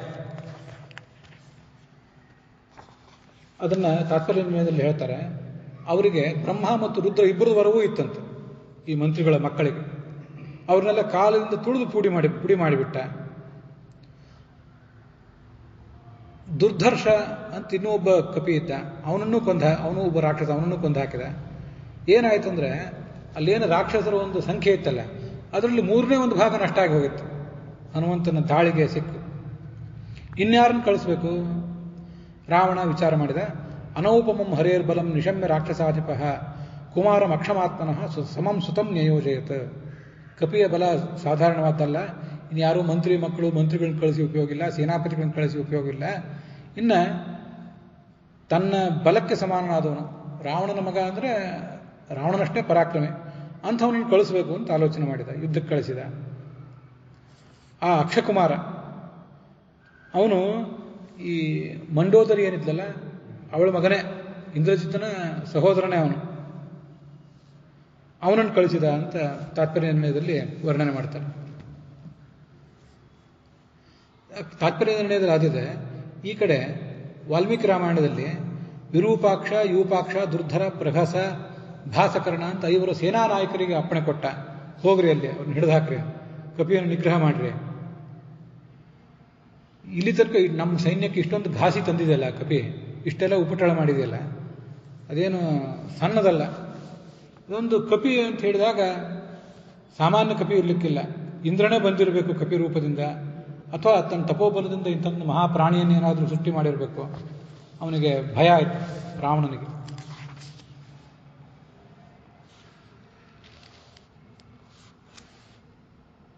ನನ್ನನ್ನು ಅವಮಾನ ಮಾಡಬೇಕು ಅಂತ ಈ ಕಪಿಯನ್ನು ಕಳಿಸಿರಬೇಕು ದೇವತೆಗಳು.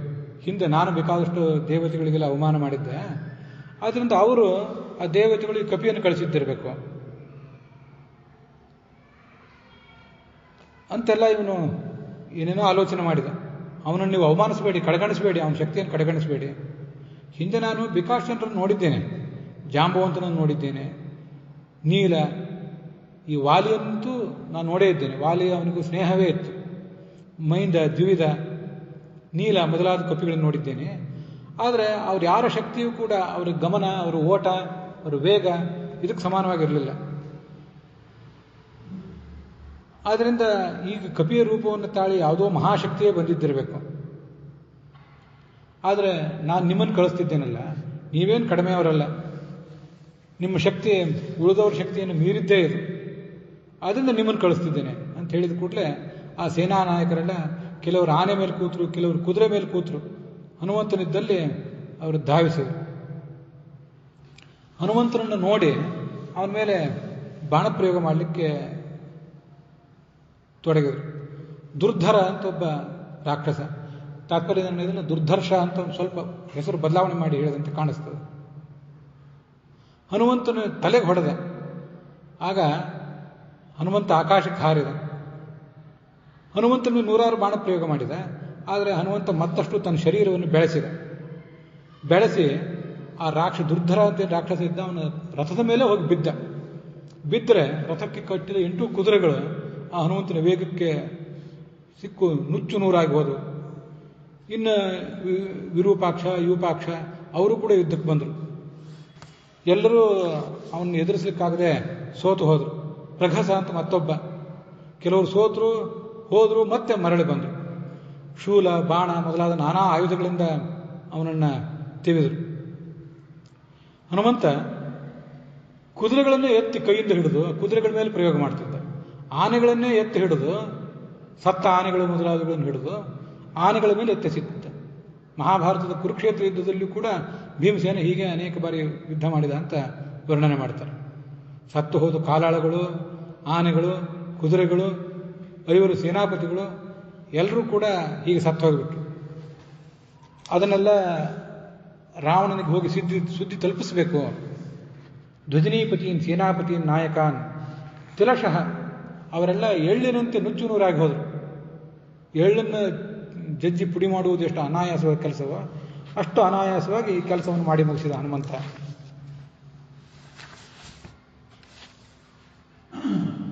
ಈಗ ಈ 47ನೇ ಸರ್ಗದಲ್ಲಿ ಅಕ್ಷಕುಮಾರ ಅಂತ ಅವನನ್ನು ಕಳಿಸಿದ್ದು ಅಂತ ನಾನು ಈಗ ತಾತ್ಪರ್ಯ ನಿರ್ಣಯದಲ್ಲಿ ಬಂತು. ಅದನ್ನು ಇಲ್ಲಿ ನಾವು ನೋಡ್ತೇವೆ. ನಿಶಮ್ಯ ರಾಜ ಸಮರೋದ್ಧತೋನ್ಮುಖಂ ಕುಮಾರಂ ಅಕ್ಷಂ ಪ್ರಸಮೈಕ್ಷದಾಗ್ರತಃ. ಎದುರಿಗೆ ನಿಂತಿದ್ದ ಅಕ್ಷಕುಮಾರ ಅವನನ್ನು ಕಳಿಸಿದ. ಅಗ್ನಿಯಂತೆ ಪ್ರಜ್ವಲಿಸುವಂಥ ಮಹಾಪರಾಕ್ರಮ. ಆಯಿತು, ರಾವಣನ ಅಪ್ಪಣೆಯನ್ನು ಪಡ್ಕೊಂಡ ಯುದ್ಧಕ್ಕೆ ಹೊರಟ ನಿಂತ.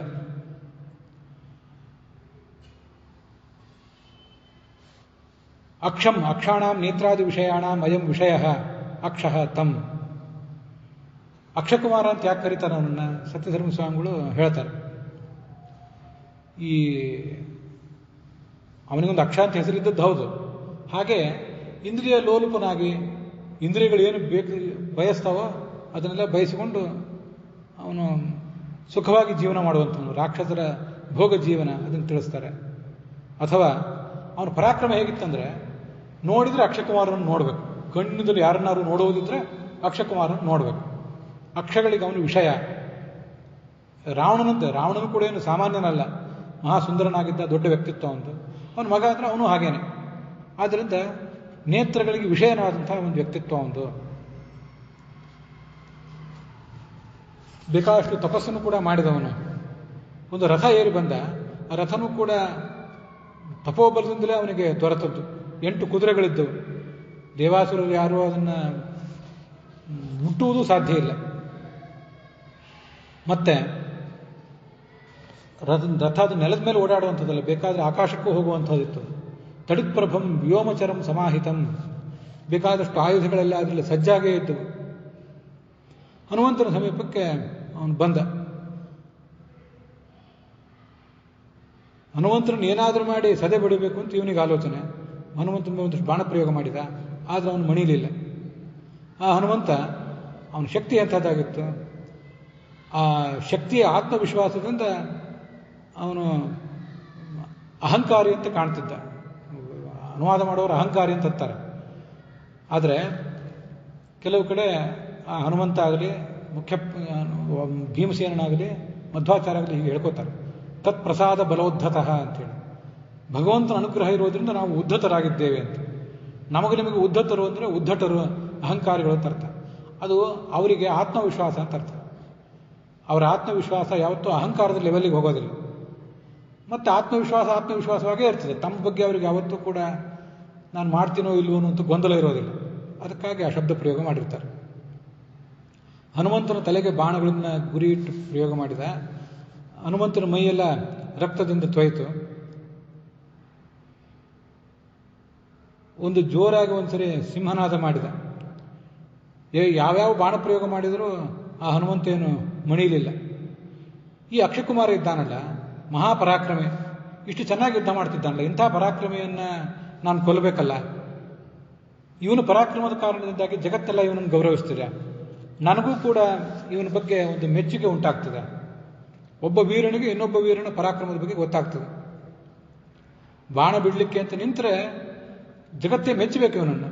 ಆದರೆ ಚಿಕ್ಕ ಬಾಲಕ ಅಂತ ನಾನು ಇನ್ನೂ ಉಪೇಕ್ಷೆ ಮಾಡಬಾರ್ದು, ಇವನನ್ನು ಒಂದು ಕೈ ನೋಡ್ಕೊಂಡು ಬಿಡಬೇಕು ಅಂತ ಆಲೋಚನೆ ಮಾಡಿದ. ಇನ್ನು ಸಂಹಾರ ಮಾಡಿಬಿಡಬೇಕು ಅಂತ ಆಲೋಚನೆ ಮಾಡಿ ಅವನ 8 ಕುದುರೆಗಳನ್ನು ಕೈಯಿಂದ ಅಪ್ಪಳಿಸಿ ಪುಡಿ ಮಾಡಿದ. ರಥವೂ ಪುಡಿಯಾಯಿತು. ಅವನು ಕೆಳಗೆ ಬಿದ್ದು ನೆಲದ ಮೇಲಿಂದನೇ ಆ ಹನುಮಂತನನ್ನು ಹಿಂಬಾಲಿಸಿದ. ಹನುಮಂತನಿಗೆ ಹೊಡಿಬೇಕು ಅಂತ ಹೋದ. ಆದರೆ ಆ ಹನುಮಂತ ಏನು ಮಾಡಿದ, ಆ ರಾಕ್ಷಸನ ಬಳಿಗೆ ಬಂದು ಅವನು ಕಾಲು ಹಿಡಿದು 1000 ಬಾರಿ ಅವನನ್ನು ಆಕಾಶದಲ್ಲಿ ತಿರುಗಿಸಿದ. ಇದು ಸರಿ ವಿಚಾರ, ಒಂದು 2-3 ಸುತ್ತು ನಾವು ಇಲ್ಲೇ ಒಂದು ನಿಲ್ಲು ಹೊತ್ತಿಗೆ ನಮ್ಮ ತಲೆ ತಿರುಗುವಂತಾಗಿರ್ತದೆ. 1000 ಬಾರಿ ತಿರುಗಿಸಿದರೆ ಅಲ್ಲೇ ಇಡೀ ಶರೀರ ಎಲ್ಲ ಅಸ್ತವ್ಯಸ್ತ ಆಗಿ ಹೋಗಿರ್ತದೆ. ನೆಲಕ್ಕೆ ಅವನನ್ನು ಕುಕ್ಕಿದ. ಅವನ ತೋಳು, ತೊಡೆ, ಸೊಂಟ ಎಲ್ಲ ಜಜ್ಜಿ ಹೋದವು. ರಕ್ತ ಎಲ್ಲ ಕಡೆ ಪ್ರವಾಹ ರೂಪವಾಗಿ ಹರಿಲಿಕ್ಕೆ ತೊಡಗಿತ್ತು. ಹೀಗೆ ಅವನು ಸತ್ತು ಬಿದ್ದದ್ದು ನೋಡಿ ರಾಕ್ಷಸರೆಲ್ಲ ಹೆದರಿದ್ರು, ಓಡಿ ಹೋದರು, ರಾವಣನ ಕಡೆ ಹೋದರು. ಇವನು ಆ ಬಾಗಿನ ಹತ್ರ ಹೋಗಿ ನಿಂತ್ಕೊಂಡ. ಈ ಹನುಮಂತ ಮತ್ತೆ ಯಾರು ರಾಕ್ಷಸರು ಬರೋರಿದ್ದಾರೆ ಬರಲಿ ಅಂತ.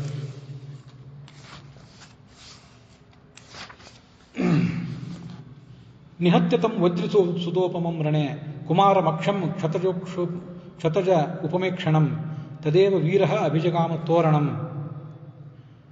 ಮತ್ತೆ ಅಲ್ಲೇ ನಿಂತ ಯಾರ ರಾಕ್ಷಸರು ಬರುವುದಿದ್ರೆ ಬರಲಿ ಅಂತ. ಈಗ ರಾವಣ ಇಂದ್ರಜಿತನನ್ನು ಕಳಿಸಿದ. ಇಂದ್ರನನ್ನೇ ಗೆದ್ದವನು. ಮೇಘನಾದ ಅಂತ ಅವನಿಗೆ ಹೆಸರು. ಮೇಘದ ಗುಡುಗಿನಂತೆ ಅವನ ಶಬ್ದ. ಮನಸ್ಸಮಾಧಾಯ ತದೇಂದ್ರ ಕಲ್ಪಂ ಸಮಾಧಿದೇಶ ಇಂದ್ರಜಿತಂ ಸ ರೋಷಾತ್. ನೀನು ಚತುರ್ಮುಖ ಬ್ರಹ್ಮನನ್ನೇ ಆರಾಧನೆ ಮಾಡಿ ಬ್ರಹ್ಮಾಸ್ತ್ರವನ್ನು ಪಡ್ಕೊಂಡವನು, ನೀನೀಗ ಹೋಗು ಅಂತ ಅವನನ್ನು ಕಳಿಸಿದ. ತಾತ್ಪರ್ಯ ನಿರ್ಣಯ ಕೂಡ ಅಕ್ಷಕುಮಾರನ ವಧವನ್ನು ವರ್ಣನೆ ಮಾಡ್ತದೆ. ತತಸ್ಸ ಮಂಡ ಮಧ್ಯ ಕಾಸುತಂ ಸಮೀಕ್ಷ ರಾವಣೋಪಮಂ ತೃತೀಯ ಏಷ ಚಾಂಶಕೋ ಬಲಸ್ಯ ಹಿ ಚಿಂತಯತ. ಈ ಅಕ್ಷಕುಮಾರ ಏನಿದ್ದಾನೆ, ರಾವಣನಿಗೆ ಏನು ಶಕ್ತಿ ಇದೆ ಅದರ 3ನೇ 1 ಭಾಗ ಇವನಿಗಿದೆ. ರಾವಣನ 33% ಇವನು ಅಂತ ಆಲೋಚನೆ ಮಾಡಿದ್ದ. ಅದು ವಾಲ್ಮೀಕಿ ರಾಮಾಯಣದಲ್ಲಿ ಬರಲಿಲ್ಲ. ತಾತ್ಪರ್ಯ ನಿರ್ಣಯದಲ್ಲಿ ಆ ಸಂಗತಿ ಬಂದಿದೆ. 2 ಕಾಲನ್ನು ಹಿಡಿದ ಆಕಾಶಕ್ಕೆ ಹಾರಿದ, ನೆಲಕ್ಕೆ ಅಪ್ಪಳಿಸಿಕೊಂಡು ಹಾಕಿದ. ಮುಂದೆ ಅವನ ಅಣ್ಣ ಇಂದ್ರಜಿತ್ ತದಗ್ರಜಂ ಸಮಾಧಿಶತ್. ಇಂದ್ರಜಿತ್ ಹಿರಿಯ, ಮಂಡೋದರಿಗೆ ರಾವಣನಿಂದ ಹುಟ್ಟಿದವನು ಇಂದ್ರಜಿತ್ ಹಿರಿಯ, ಅಕ್ಷಕುಮಾರ ಸಣ್ಣವನು. ಈ ಸಣ್ಣವನನ್ನು ಮೊದಲು ಕಳಿಸಿದ್ದ ಅವನು ಸತ್ತು ಹೋದ ಮೇಲೆ ಈ ಇಂದ್ರಜಿತ್ ಹೊರಗೆ ಬಂದ. ದೇವದಾನವರೆಲ್ಲ ನಿನ್ನ ಹೆಸರು ಕೇಳಿದರೆ ಹೆದರ್ತಾರೆ. ಇಂದ್ರನಿಗೂ ಕೂಡ ಈ ಇಂದ್ರಜಿತ್ ಅಂದರೆ ಭಾರಿ ಭಯ. ಈ ಇಂದ್ರಜಿತ್ತನಿಂದ ನಾನು ಯಾಕೆ ಸೋಲುವಂತಾಯಿತು ಅಂತ ಒಂದು ಬಾರಿ ಅವನು ವಿಚಾರ ಮಾಡಿದ್ದ. ಇಂದ್ರಜಿತ್ತನಿಂದ ಅವನಿಗೆ ಸೋಲು ಯಾಕೆ ಬಂದಿತ್ತಂದರೆ, ಈ ಅಹಲ್ಯ ಜೊತೆಗೊಂದು ಸಮಾಗಮ ಮಾಡಿದ್ನಲ್ಲ ಇಂದ್ರ, ಅದು ದೇವ ಕಾರ್ಯ ಹೌದು, ಆದರೂ ಕೂಡ ಆ ಕಾರ್ಯ ಮಾಡಿದ್ದರಿಂದ ನಿನಗೊಂದು ಇಂಥ ಸೋಲು ಬಂತು ಅಂತ ಅವನಿಗೆ ಹೇಳ್ತಾರೆ. ಮುಂದೆ ಉತ್ತರಕಾಂಡದಲ್ಲಿ ಆ ಕಥಾ, ರಾಮಾಯಣದ ಉತ್ತರಕಾಂಡದಲ್ಲಿ ಆ ಕಥಾ ಒಂದು ಕಾಣಿಸ್ತದೆ. ಇಂದ್ರಕಲ್ಪಂ ಇಂದ್ರ ಸಮಂ ಸಮರೇ, ಇಂದ್ರನಿಗೆ ಸಮಾನನಾದವನು ಆ ಇಂದ್ರಜಿತ್. ಅಂಥ ಮಹಾಪರಾಕ್ರಮಿ, ಅವನನ್ನು ಕಳಿಸಿದ. ನತೆ ಅಶಕ್ಯಂ ಸಮರೇಶು ಕರ್ಮಣ. ನಿನ್ನ ಪರಾಕ್ರಮಕ್ಕೆ ಮಣಿಯದವರೇ ಈ ಜಗತ್ತಿನಲ್ಲಿ ಯಾರೂ ಇಲ್ಲ. ಎಲ್ಲನೂ ತಪಸ್ಸಿದೆ, ಪರಾಕ್ರಮ ಇದೆ, ಅಸ್ತ್ರಬಲ ಇದೆ, ಎಲ್ಲವೂ ನಿನ್ನಲ್ಲಿದೆ. ಅವನೊಬ್ಬನೇ ವಾನರ ಎಲ್ಲ ಕಿಂಕರರನ್ನು ಕೊಂದು ಹಾಕಿದ್ನಲ್ಲ. ಜಂಬುಮಾಲಿಯನ್ನು ಕೊಂದು ಹಾಕಿದ, ನಮ್ಮ ಮಂತ್ರಿಗಳ ಮಕ್ಕಳನ್ನು ಕೊಂದು ಹಾಕಿದ, ನಿನ್ನ ಮಗ ಅಕ್ಷಕುಮಾರನನ್ನು ಕೊಂದು ಹಾಕಿದ. ಆದರೆ ಅವ್ರ ಪರಾಕ್ರಮದ ಬಗ್ಗೆ ನನಗೆ ವಿಶ್ವಾಸ ಇದೆ ಹೌದು, ಆದರೆ ನಿನ್ನ ಪರಾಕ್ರಮದ ಬಗ್ಗೆ ಇರುವಷ್ಟು ವಿಶ್ವಾಸ ಇಲ್ಲ. ಇದನ್ನೆಲ್ಲ ನೋಡಿದರೆ ಕಪಿಯ ಪರಾಕ್ರಮ ಎಷ್ಟಿದ್ದಿರಬೇಕು ಅದನ್ನು ನೋಡು. ನವೀರ ಸೇನಾ ಗಣಶಃ ಚವಂತಿ. ಅವನ ಪರಾಕ್ರಮ ಎಂಥದ್ದು ಅಂದರೆ, ದೊಡ್ಡ ದೊಡ್ಡ ಸೈನ್ಯಗಳನ್ನು, ಇದು ರಾವಣನಿಗೆ ಆ ಹೊತ್ತಿಗೆ ಹನುಮಂತನ ಶಕ್ತಿ ಎಷ್ಟು ಹೊತ್ತು ಗೊತ್ತಾಗಿತ್ತು. ಅದಕ್ಕೆ ಅವನು ಹೇಳ್ತಾನೆ, ದೊಡ್ಡ ದೊಡ್ಡ ಸೇನಾ ಗಣಗಳನ್ನೇ ಅವನ ಮೇಲೆ ಕಣಿಸಿದ್ರು ಅವು ಯಾವುವು ಅವನಿಗೆ ಏನೂ ಮಾಡಲಾರು. ಹನುಮಂತನ ಎದುರಿಗೆ ಯುದ್ಧಕ್ಕೆ ಹೋಗಬೇಕು ಅಂತ ಅಂದ ಕೂಡಲೇ ಅವರು ಜಾಗನೇ ಬಿಟ್ಟು ಹೇಳೋದಿಲ್ಲ. ತಮ್ಮ ಜಾಗವನ್ನು ಬಿಟ್ಟು ತಾವು ಎಲ್ಲಿ ಇದ್ದಲ್ಲಿಂದ ಉತ್ಸಾಹದಿಂದ ಶತ್ರುವಿನ ಮೇಲೆ ಏರಿ ಹೋಗಬೇಕಲ್ಲ, ಅದನ್ನೇ ಅವ್ರು ಮಾಡೋದಿಲ್ಲ. ಸ್ವಸ್ಥಲ ರಣಾಂಗಣ ಪ್ರತಿ ನೋಪಸರ್ಪಂತಿ ಅಂತಾರೆ ಸತ್ಯಧರ್ಮ. ಯುದ್ಧಕ್ಕೆ ಬೇರೆಯವ್ರ ಮೇಲೆ ಯುದ್ಧಕ್ಕೆ ಹೋಗಬೇಕು ಅಂದರೆ ಉತ್ಸಾಹದಿಂದ ಏರಿ ಹೋದಾರ. ಆದರೆ ಈ ಹನುಮಂತನ ಮೇಲೆ ಯುದ್ಧಮಾನಕ್ಕೆ ಹೋಗಬೇಕು ಅಂತಂದರೆ ನೋಪಸರ್ಪಂತೆ. ಹನುಮಂತನ ಬೇರೆ ಯುದ್ಧ ಅಂತ ಆದರೆ ನಾವು ನಮ್ಮ ಜಾಗ ಬಿಟ್ಟೇ ಕದಲೋದಿಲ್ಲ ಅಂತಾರೆ. ಅಂಥ ಪರಾಕ್ರಮ ಅವನು. ವಜ್ರಾಯುಧ ತಗೊಂಡು ಹೋಗೋಣ ಅಂದರೆ ಅದು ಕೆಲಸ ಇಲ್ಲ. ಏನು ಮುಷ್ಟಿ, ಕಲ್ಲು, ಹೆಣ್ಣೆ, ಒಂದು ಹೆಂಟೆ, ಮಣ್ಣು, ಕಲ್ಲು ಯಾವುದೂ ಅವನಿಗೆ ಉಪಯೋಗ ಬರೋದಿಲ್ಲ. ಆದ್ದರಿಂದ ನಿನ್ನ ಧನುಸ್ಸಿನ ಸಾಮರ್ಥ್ಯ, ನಿನ್ನ ಅಸ್ತ್ರದ ಸಾಮರ್ಥ್ಯ ಅದನ್ನು ತಿಳ್ಕೊಂಡು ಈ ಕೆಲಸ ಮಾಡು, ಹೋಗು, ಅಲ್ಲಿಗೆ ಹೋಗು. ಅವನು ಅದನ್ನು ಕೇಳಿದ, ಯುದ್ಧಕ್ಕೆ ಹೊರಟ. ಅವನದೊಂದು ಸೈನ್ಯ, ಅವರೆಲ್ಲರ ಸೈನ್ಯವನ್ನು ಕಟ್ಟಿಕೊಂಡು ಪ್ರಕ್ಷುಬ್ಧವಾದ ಸಮುದ್ರದಂತೆ ಆ ಸೈನ್ಯ. ಈ ಇಂದ್ರಜಿತ್ತನ ಸೇನಾ ಪ್ರಯಾಣ ಅದನ್ನು ಗಮನಿಸಿದರೆ ಆ ದಿಕ್ಕುಗಳೆಲ್ಲ ಪ್ರಕ್ಷುಬ್ಧ ಆಗಿ ಹೋದವು. ಮತ್ತೆ ಹನುಮಂತ ಅವನನ್ನು ನೋಡಿದ, ತಾನು ತನ್ನ ಶರೀರವನ್ನು ಬೆಳೆಸಿದ. ಅವರ ನಡುವೆ ದೊಡ್ಡ ಯುದ್ಧ ಪ್ರಾರಂಭ ಆಯಿತು. ಆಕಾಶದಲ್ಲಿ ಸಂಚಾರ ಮಾಡ್ತಿದ್ದ ಆ ಹನುಮಂತ. ಇವನು ಅವನ ಮೇಲೆ ಬಾಣ ಪ್ರಯೋಗ ಮಾಡಿದ.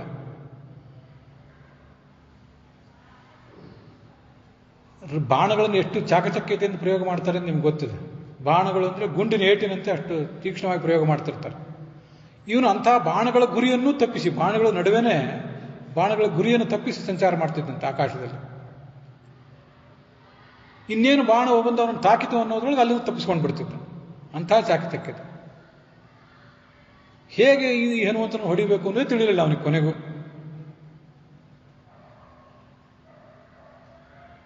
ಒಂದು ಬಾರಿ ಹನುಮಂತನಿಗೂ ಕೂಡ ಇಂದ್ರಜಿತ್ತನನ್ನು ಹೇಗೆ ಮಣಿಸಬೇಕು ಅಂತ ಗೊತ್ತಾಗಲಿಲ್ಲ ಅಂತ ವಾಲ್ಮೀಕಿ ರಾಮಾಯಣದಲ್ಲಿ ಹೇಳ್ತಾರೆ. ವಾಲ್ಮೀಕಿ ರಾಮಾಯಣದಲ್ಲಿ ಹಾಗಿದೆ, ತಾತ್ಪರ್ಯದಲ್ಲಿ ಹಾಗೇನು ಹೇಳೋದಿಲ್ಲ. ಹನುಮಂತನಿಗೆ ಯಾರನ್ನು ಹೇಗೆ ಮಣಿಸಬೇಕು ಅನ್ನೋದ್ರ ಬಗ್ಗೆ ಯಾವತ್ತೂ ಕಳವಳ, ಗೊಂದಲ ಇರೋದಿಲ್ಲ. ಅದ್ರ ಏನು ಮಾಡೋದು? ಈ ಇಂದ್ರಜಿತ್ ಹನುಮಂತನನ್ನು ಇನ್ನು ಬ್ರಹ್ಮಾಸ್ತ್ರದಿಂದ ಮಣಿಸಬೇಕು ಅಂತ ವಿಚಾರ ಮಾಡಿದ. ಬ್ರಹ್ಮಾಸ್ತ್ರ ಪ್ರಯೋಗ ಮಾಡಿದ. ಬ್ರಹ್ಮಾಸ್ತ್ರ ಪ್ರಯೋಗ ಆದ ಕೂಡಲೇ ಅವನು ನೆಲದ ಮೇಲೆ ಬಿದ್ದ. ನಾನು ಬ್ರಹ್ಮಾಸ್ತ್ರಕ್ಕೆ ವಶ ಆಗಿದ್ದೇನೆ ಅಂತ ಗೊತ್ತಾಯ್ತು ಅವನಿಗೆ. ಚತುರ್ಮುಖ ಬ್ರಹ್ಮನ ಅಸ್ತ್ರ ಅದು. ಅದಕ್ಕೂ ಕೂಡ ಗಾಯತ್ರಿಯ ಮಂತ್ರ. ಕಳೆದ ದಿವಸ, ಅದರ ಹಿಂದಿನ ದಿವಸ ನಮ್ಗೆ ಅದು ಬಂದಿತ್ತು. ಗಾಯತ್ರಿ ಮಂತ್ರದಿಂದ ಅಭಿಮಂತ್ರಣ ಮಾಡುವುದೇ ಬ್ರಹ್ಮಾಸ್ತ್ರ ಅಷ್ಟೇ, ಬೇರೆ ಏನಲ್ಲ.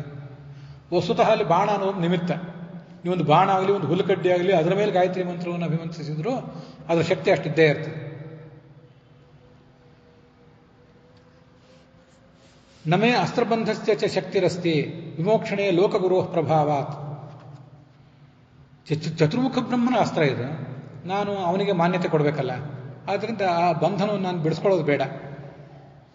ಬ್ರಹ್ಮಾಸ್ತ್ರ ಅಂದ್ರೆ ಅದು ಕೊನೆಯ ಅಸ್ತ್ರ. ಅದು ಪ್ರಯೋಗ ಆಗಿದೆ ಅಂತ ಮೇಲೆ ಅದಕ್ಕೊಂದು ಸ್ವಲ್ಪ ಅದರಂತೆ ನಾನು ನಡ್ಕೊಳ್ಬೇಕು. ಮಯ ಆತ್ಮಯೋನಿಹೇ ಅನುವರ್ತಿತವ್ಯ. ನಾನು ಹಾಗೆ ನಡ್ಕೊಳ್ಬೇಕು ಅಂತ ಒಂದು ಸ್ವಲ್ಪ ಹೊತ್ತು ನಿಷ್ಕ್ರಿಯನಾಗಿದ್ದ.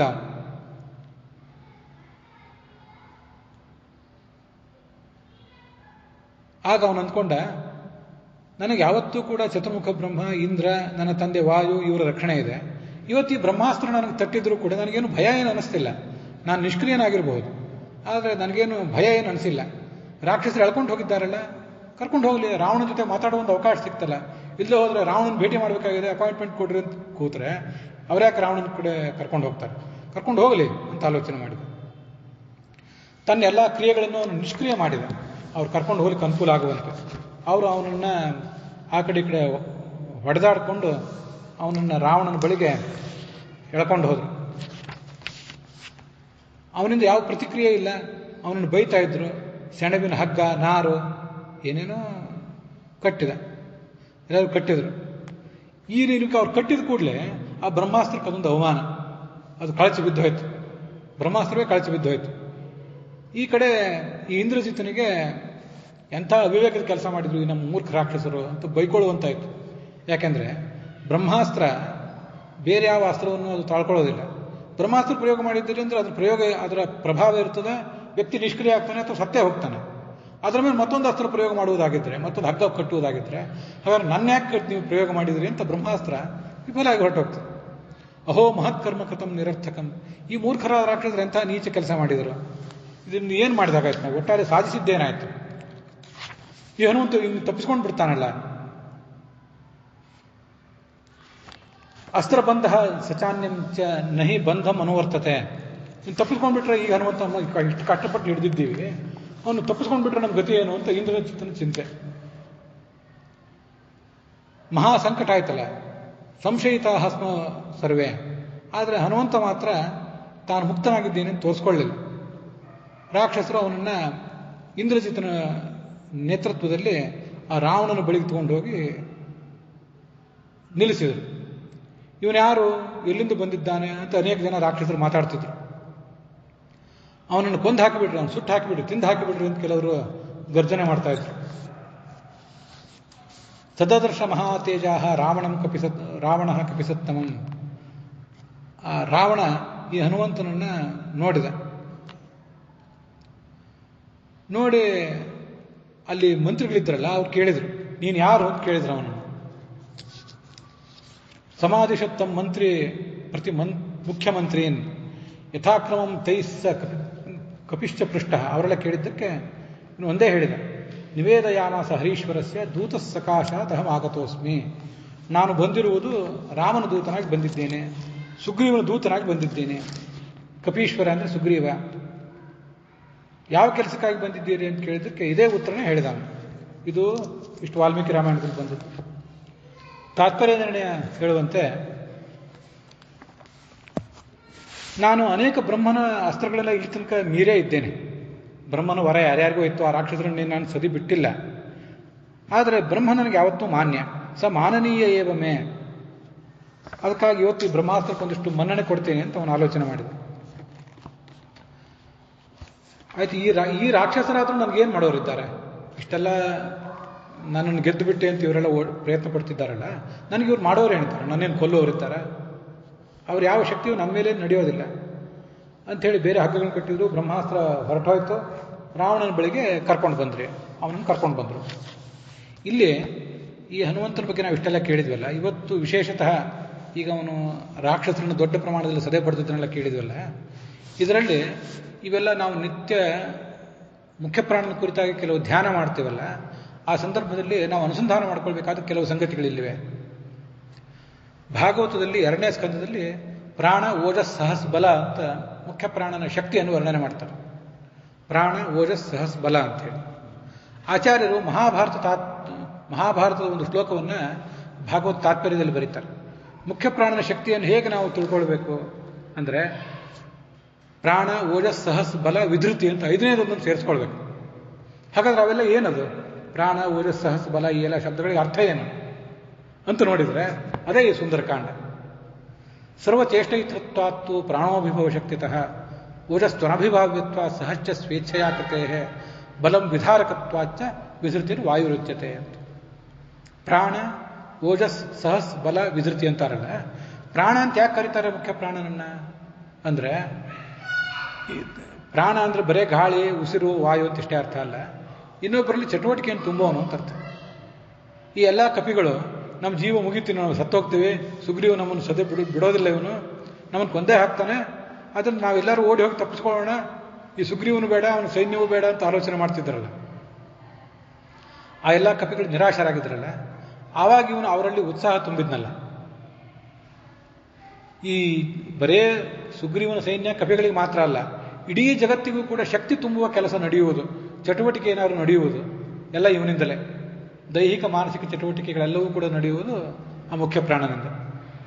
ಹಿಂದಿನ ಕಿಷ್ಕಿಂಧಾಕಾಂಡದಲ್ಲಿ ಅದನ್ನು ನೋಡಿದ್ದೇವೆ, ಸುಂದರಕಾಂಡದಲ್ಲೂ ಕೂಡ ನಾವು ಅದನ್ನು ನೋಡಿದ್ದೇವೆ. ಕಪಿಗಳಿಗೆಲ್ಲರಿಗೂ ಕೂಡ ಸ್ಥೈರ್ಯವನ್ನು ತುಂಬಿದ. ಹನುಮಂತನ ಶಕ್ತಿಯನ್ನು ಅವರು ಗಮನಿಸಿದರು. ಜಾಂಬವಂತನಿಗೆ ಹನುಮಂತನ ಶಕ್ತಿಯ ಬಗ್ಗೆ ವಿಶ್ವಾಸ ಇತ್ತು.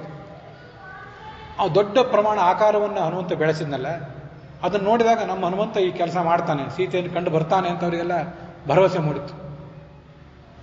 ಹೀಗೆ ನಮ್ಮಲ್ಲೂ ಕೂಡ ಜೀವಮಾನದಲ್ಲಿ ನಿರಾಶೆ ತುಂಬಿದಾಗ ಆ ಹನುಮಂತನ ಬೃಹದಾಕಾರವಾದ ರೂಪವನ್ನು ಅದನ್ನು ನಾವು ಧ್ಯಾನಿಸ್ಲಿಕ್ಕೆ ಪ್ರಯತ್ನ ಪಡಬೇಕು. ಸ್ತ್ರೀಯರಾಗಲಿ ಪುರುಷರಾಗಲಿ ಅದನ್ನು ಧ್ಯಾನಿಸ್ಬೇಕು. ಅವನು ಹೇಗೆ ಶಕ್ತಿಯನ್ನು ತುಂಬಿದ, ರಾಕ್ಷಸರಿಗೆ ಕಪಿಗಳಿಗೆ ಹೇಗೆ ಶಕ್ತಿ ತುಂಬಿದ, ಸೀತೆಗೆ ತನ್ನ ಬೃಹದಾಕಾರ ತೋರಿಸಿ ಅವಳಿಗೆ ಉತ್ಸಾಹ ತುಂಬಿದ್ನಲ್ಲ, ಅದನ್ನು ನೆನಪು ಮಾಡ್ಕೊಳ್ಬೇಕು. ಮಹಾಭಾರತದಲ್ಲಿ ಈ ಭೀಮಸೇನಿಗೆ ಆ ಹನುಮಂತನ ರೂಪವನ್ನು ನೋಡಬೇಕು ಅಂತ ಅಪೇಕ್ಷೆ ಮೂಡಿತ್ತು. ಮೊದಲು ಆ ಕಪಿ ಯಾರು ಗೊತ್ತಾಗಲಿಲ್ಲ ಭೀಮಸೇನಿಗೆ. ಯಾವುದೋ ಕಪಿ ನಾನೆಲ್ಲೋ ಹೊರಟಿದ್ದೀನಿ, ಅಡ್ಡ ಮಲಗಿದೆ ಅಂತ ಅವಮಾನ ಮಾಡಿದ್ದ. ತಾನು ಹನುಮಂತ ಅವನು ಆಮೇಲೆ ತೋರಿಸ್ಕೊಂಡಲ್ಲ, ನೀನು ಹಿಂದೆ ಸಮುದ್ರೋಲ್ಲಂಘನ ಮಾಡಿದ್ಯಲ್ಲ, ಆವಾಗೊಂದು ರೂಪ ತಾಳಿದ್ಯಲ್ಲ, ಅದು ನೋಡಬೇಕು ಅಂತ ನನಗೆ ಅಪೇಕ್ಷೆ ಇದೆ ಅಂದಿದ್ನಲ್ಲ ಭೀಮಸೇನ. ಆವಾಗ ಬೃಹದಾಕಾರ ತೋರಿಸಿದ್ನಂತೆ. ಅದನ್ನು ನೋಡಿ ಆ ಭೀಮಸೇನಿಗೆ ಭಾರಿ ಸಂತೋಷ ಆಗಿತ್ತಂತೆ. ಮತ್ತೆ ಆ ಭೀಮಸೇನ ಅದನ್ನು ನೋಡಿ ಸಂತೋಷಪಟ್ಟಾಗ ಹನುಮಂತ ಅವನಿಗೆ ಹೇಳಿದ್ದ, ನಾಳೆ ಕುರುಕ್ಷೇತ್ರ ಯುದ್ಧದಲ್ಲಿ ನೀವು ತೊಡಗ್ತಿರಲ್ಲ, ನಿಮಗೆ ನನ್ನದೊಂದು ಸಹಾಯ ಆಗ್ತದೆ. ಏನಂದರೆ, ನಿಮ್ಮವನಾದ ಅರ್ಜುನ ಇದ್ದಾನಲ್ಲ, ಅರ್ಜುನನ ರಥದಲ್ಲಿ ಒಂದು ಕಪಿಧ್ವಜ ಇದೆಯಲ್ಲ, ಅಲ್ಲಿ ನಾನು ಸನ್ನಿಹಿತನಾಗಿರ್ತೇನೆ, ಗರ್ಜನೆ ಮಾಡ್ತಿರ್ತೇನೆ.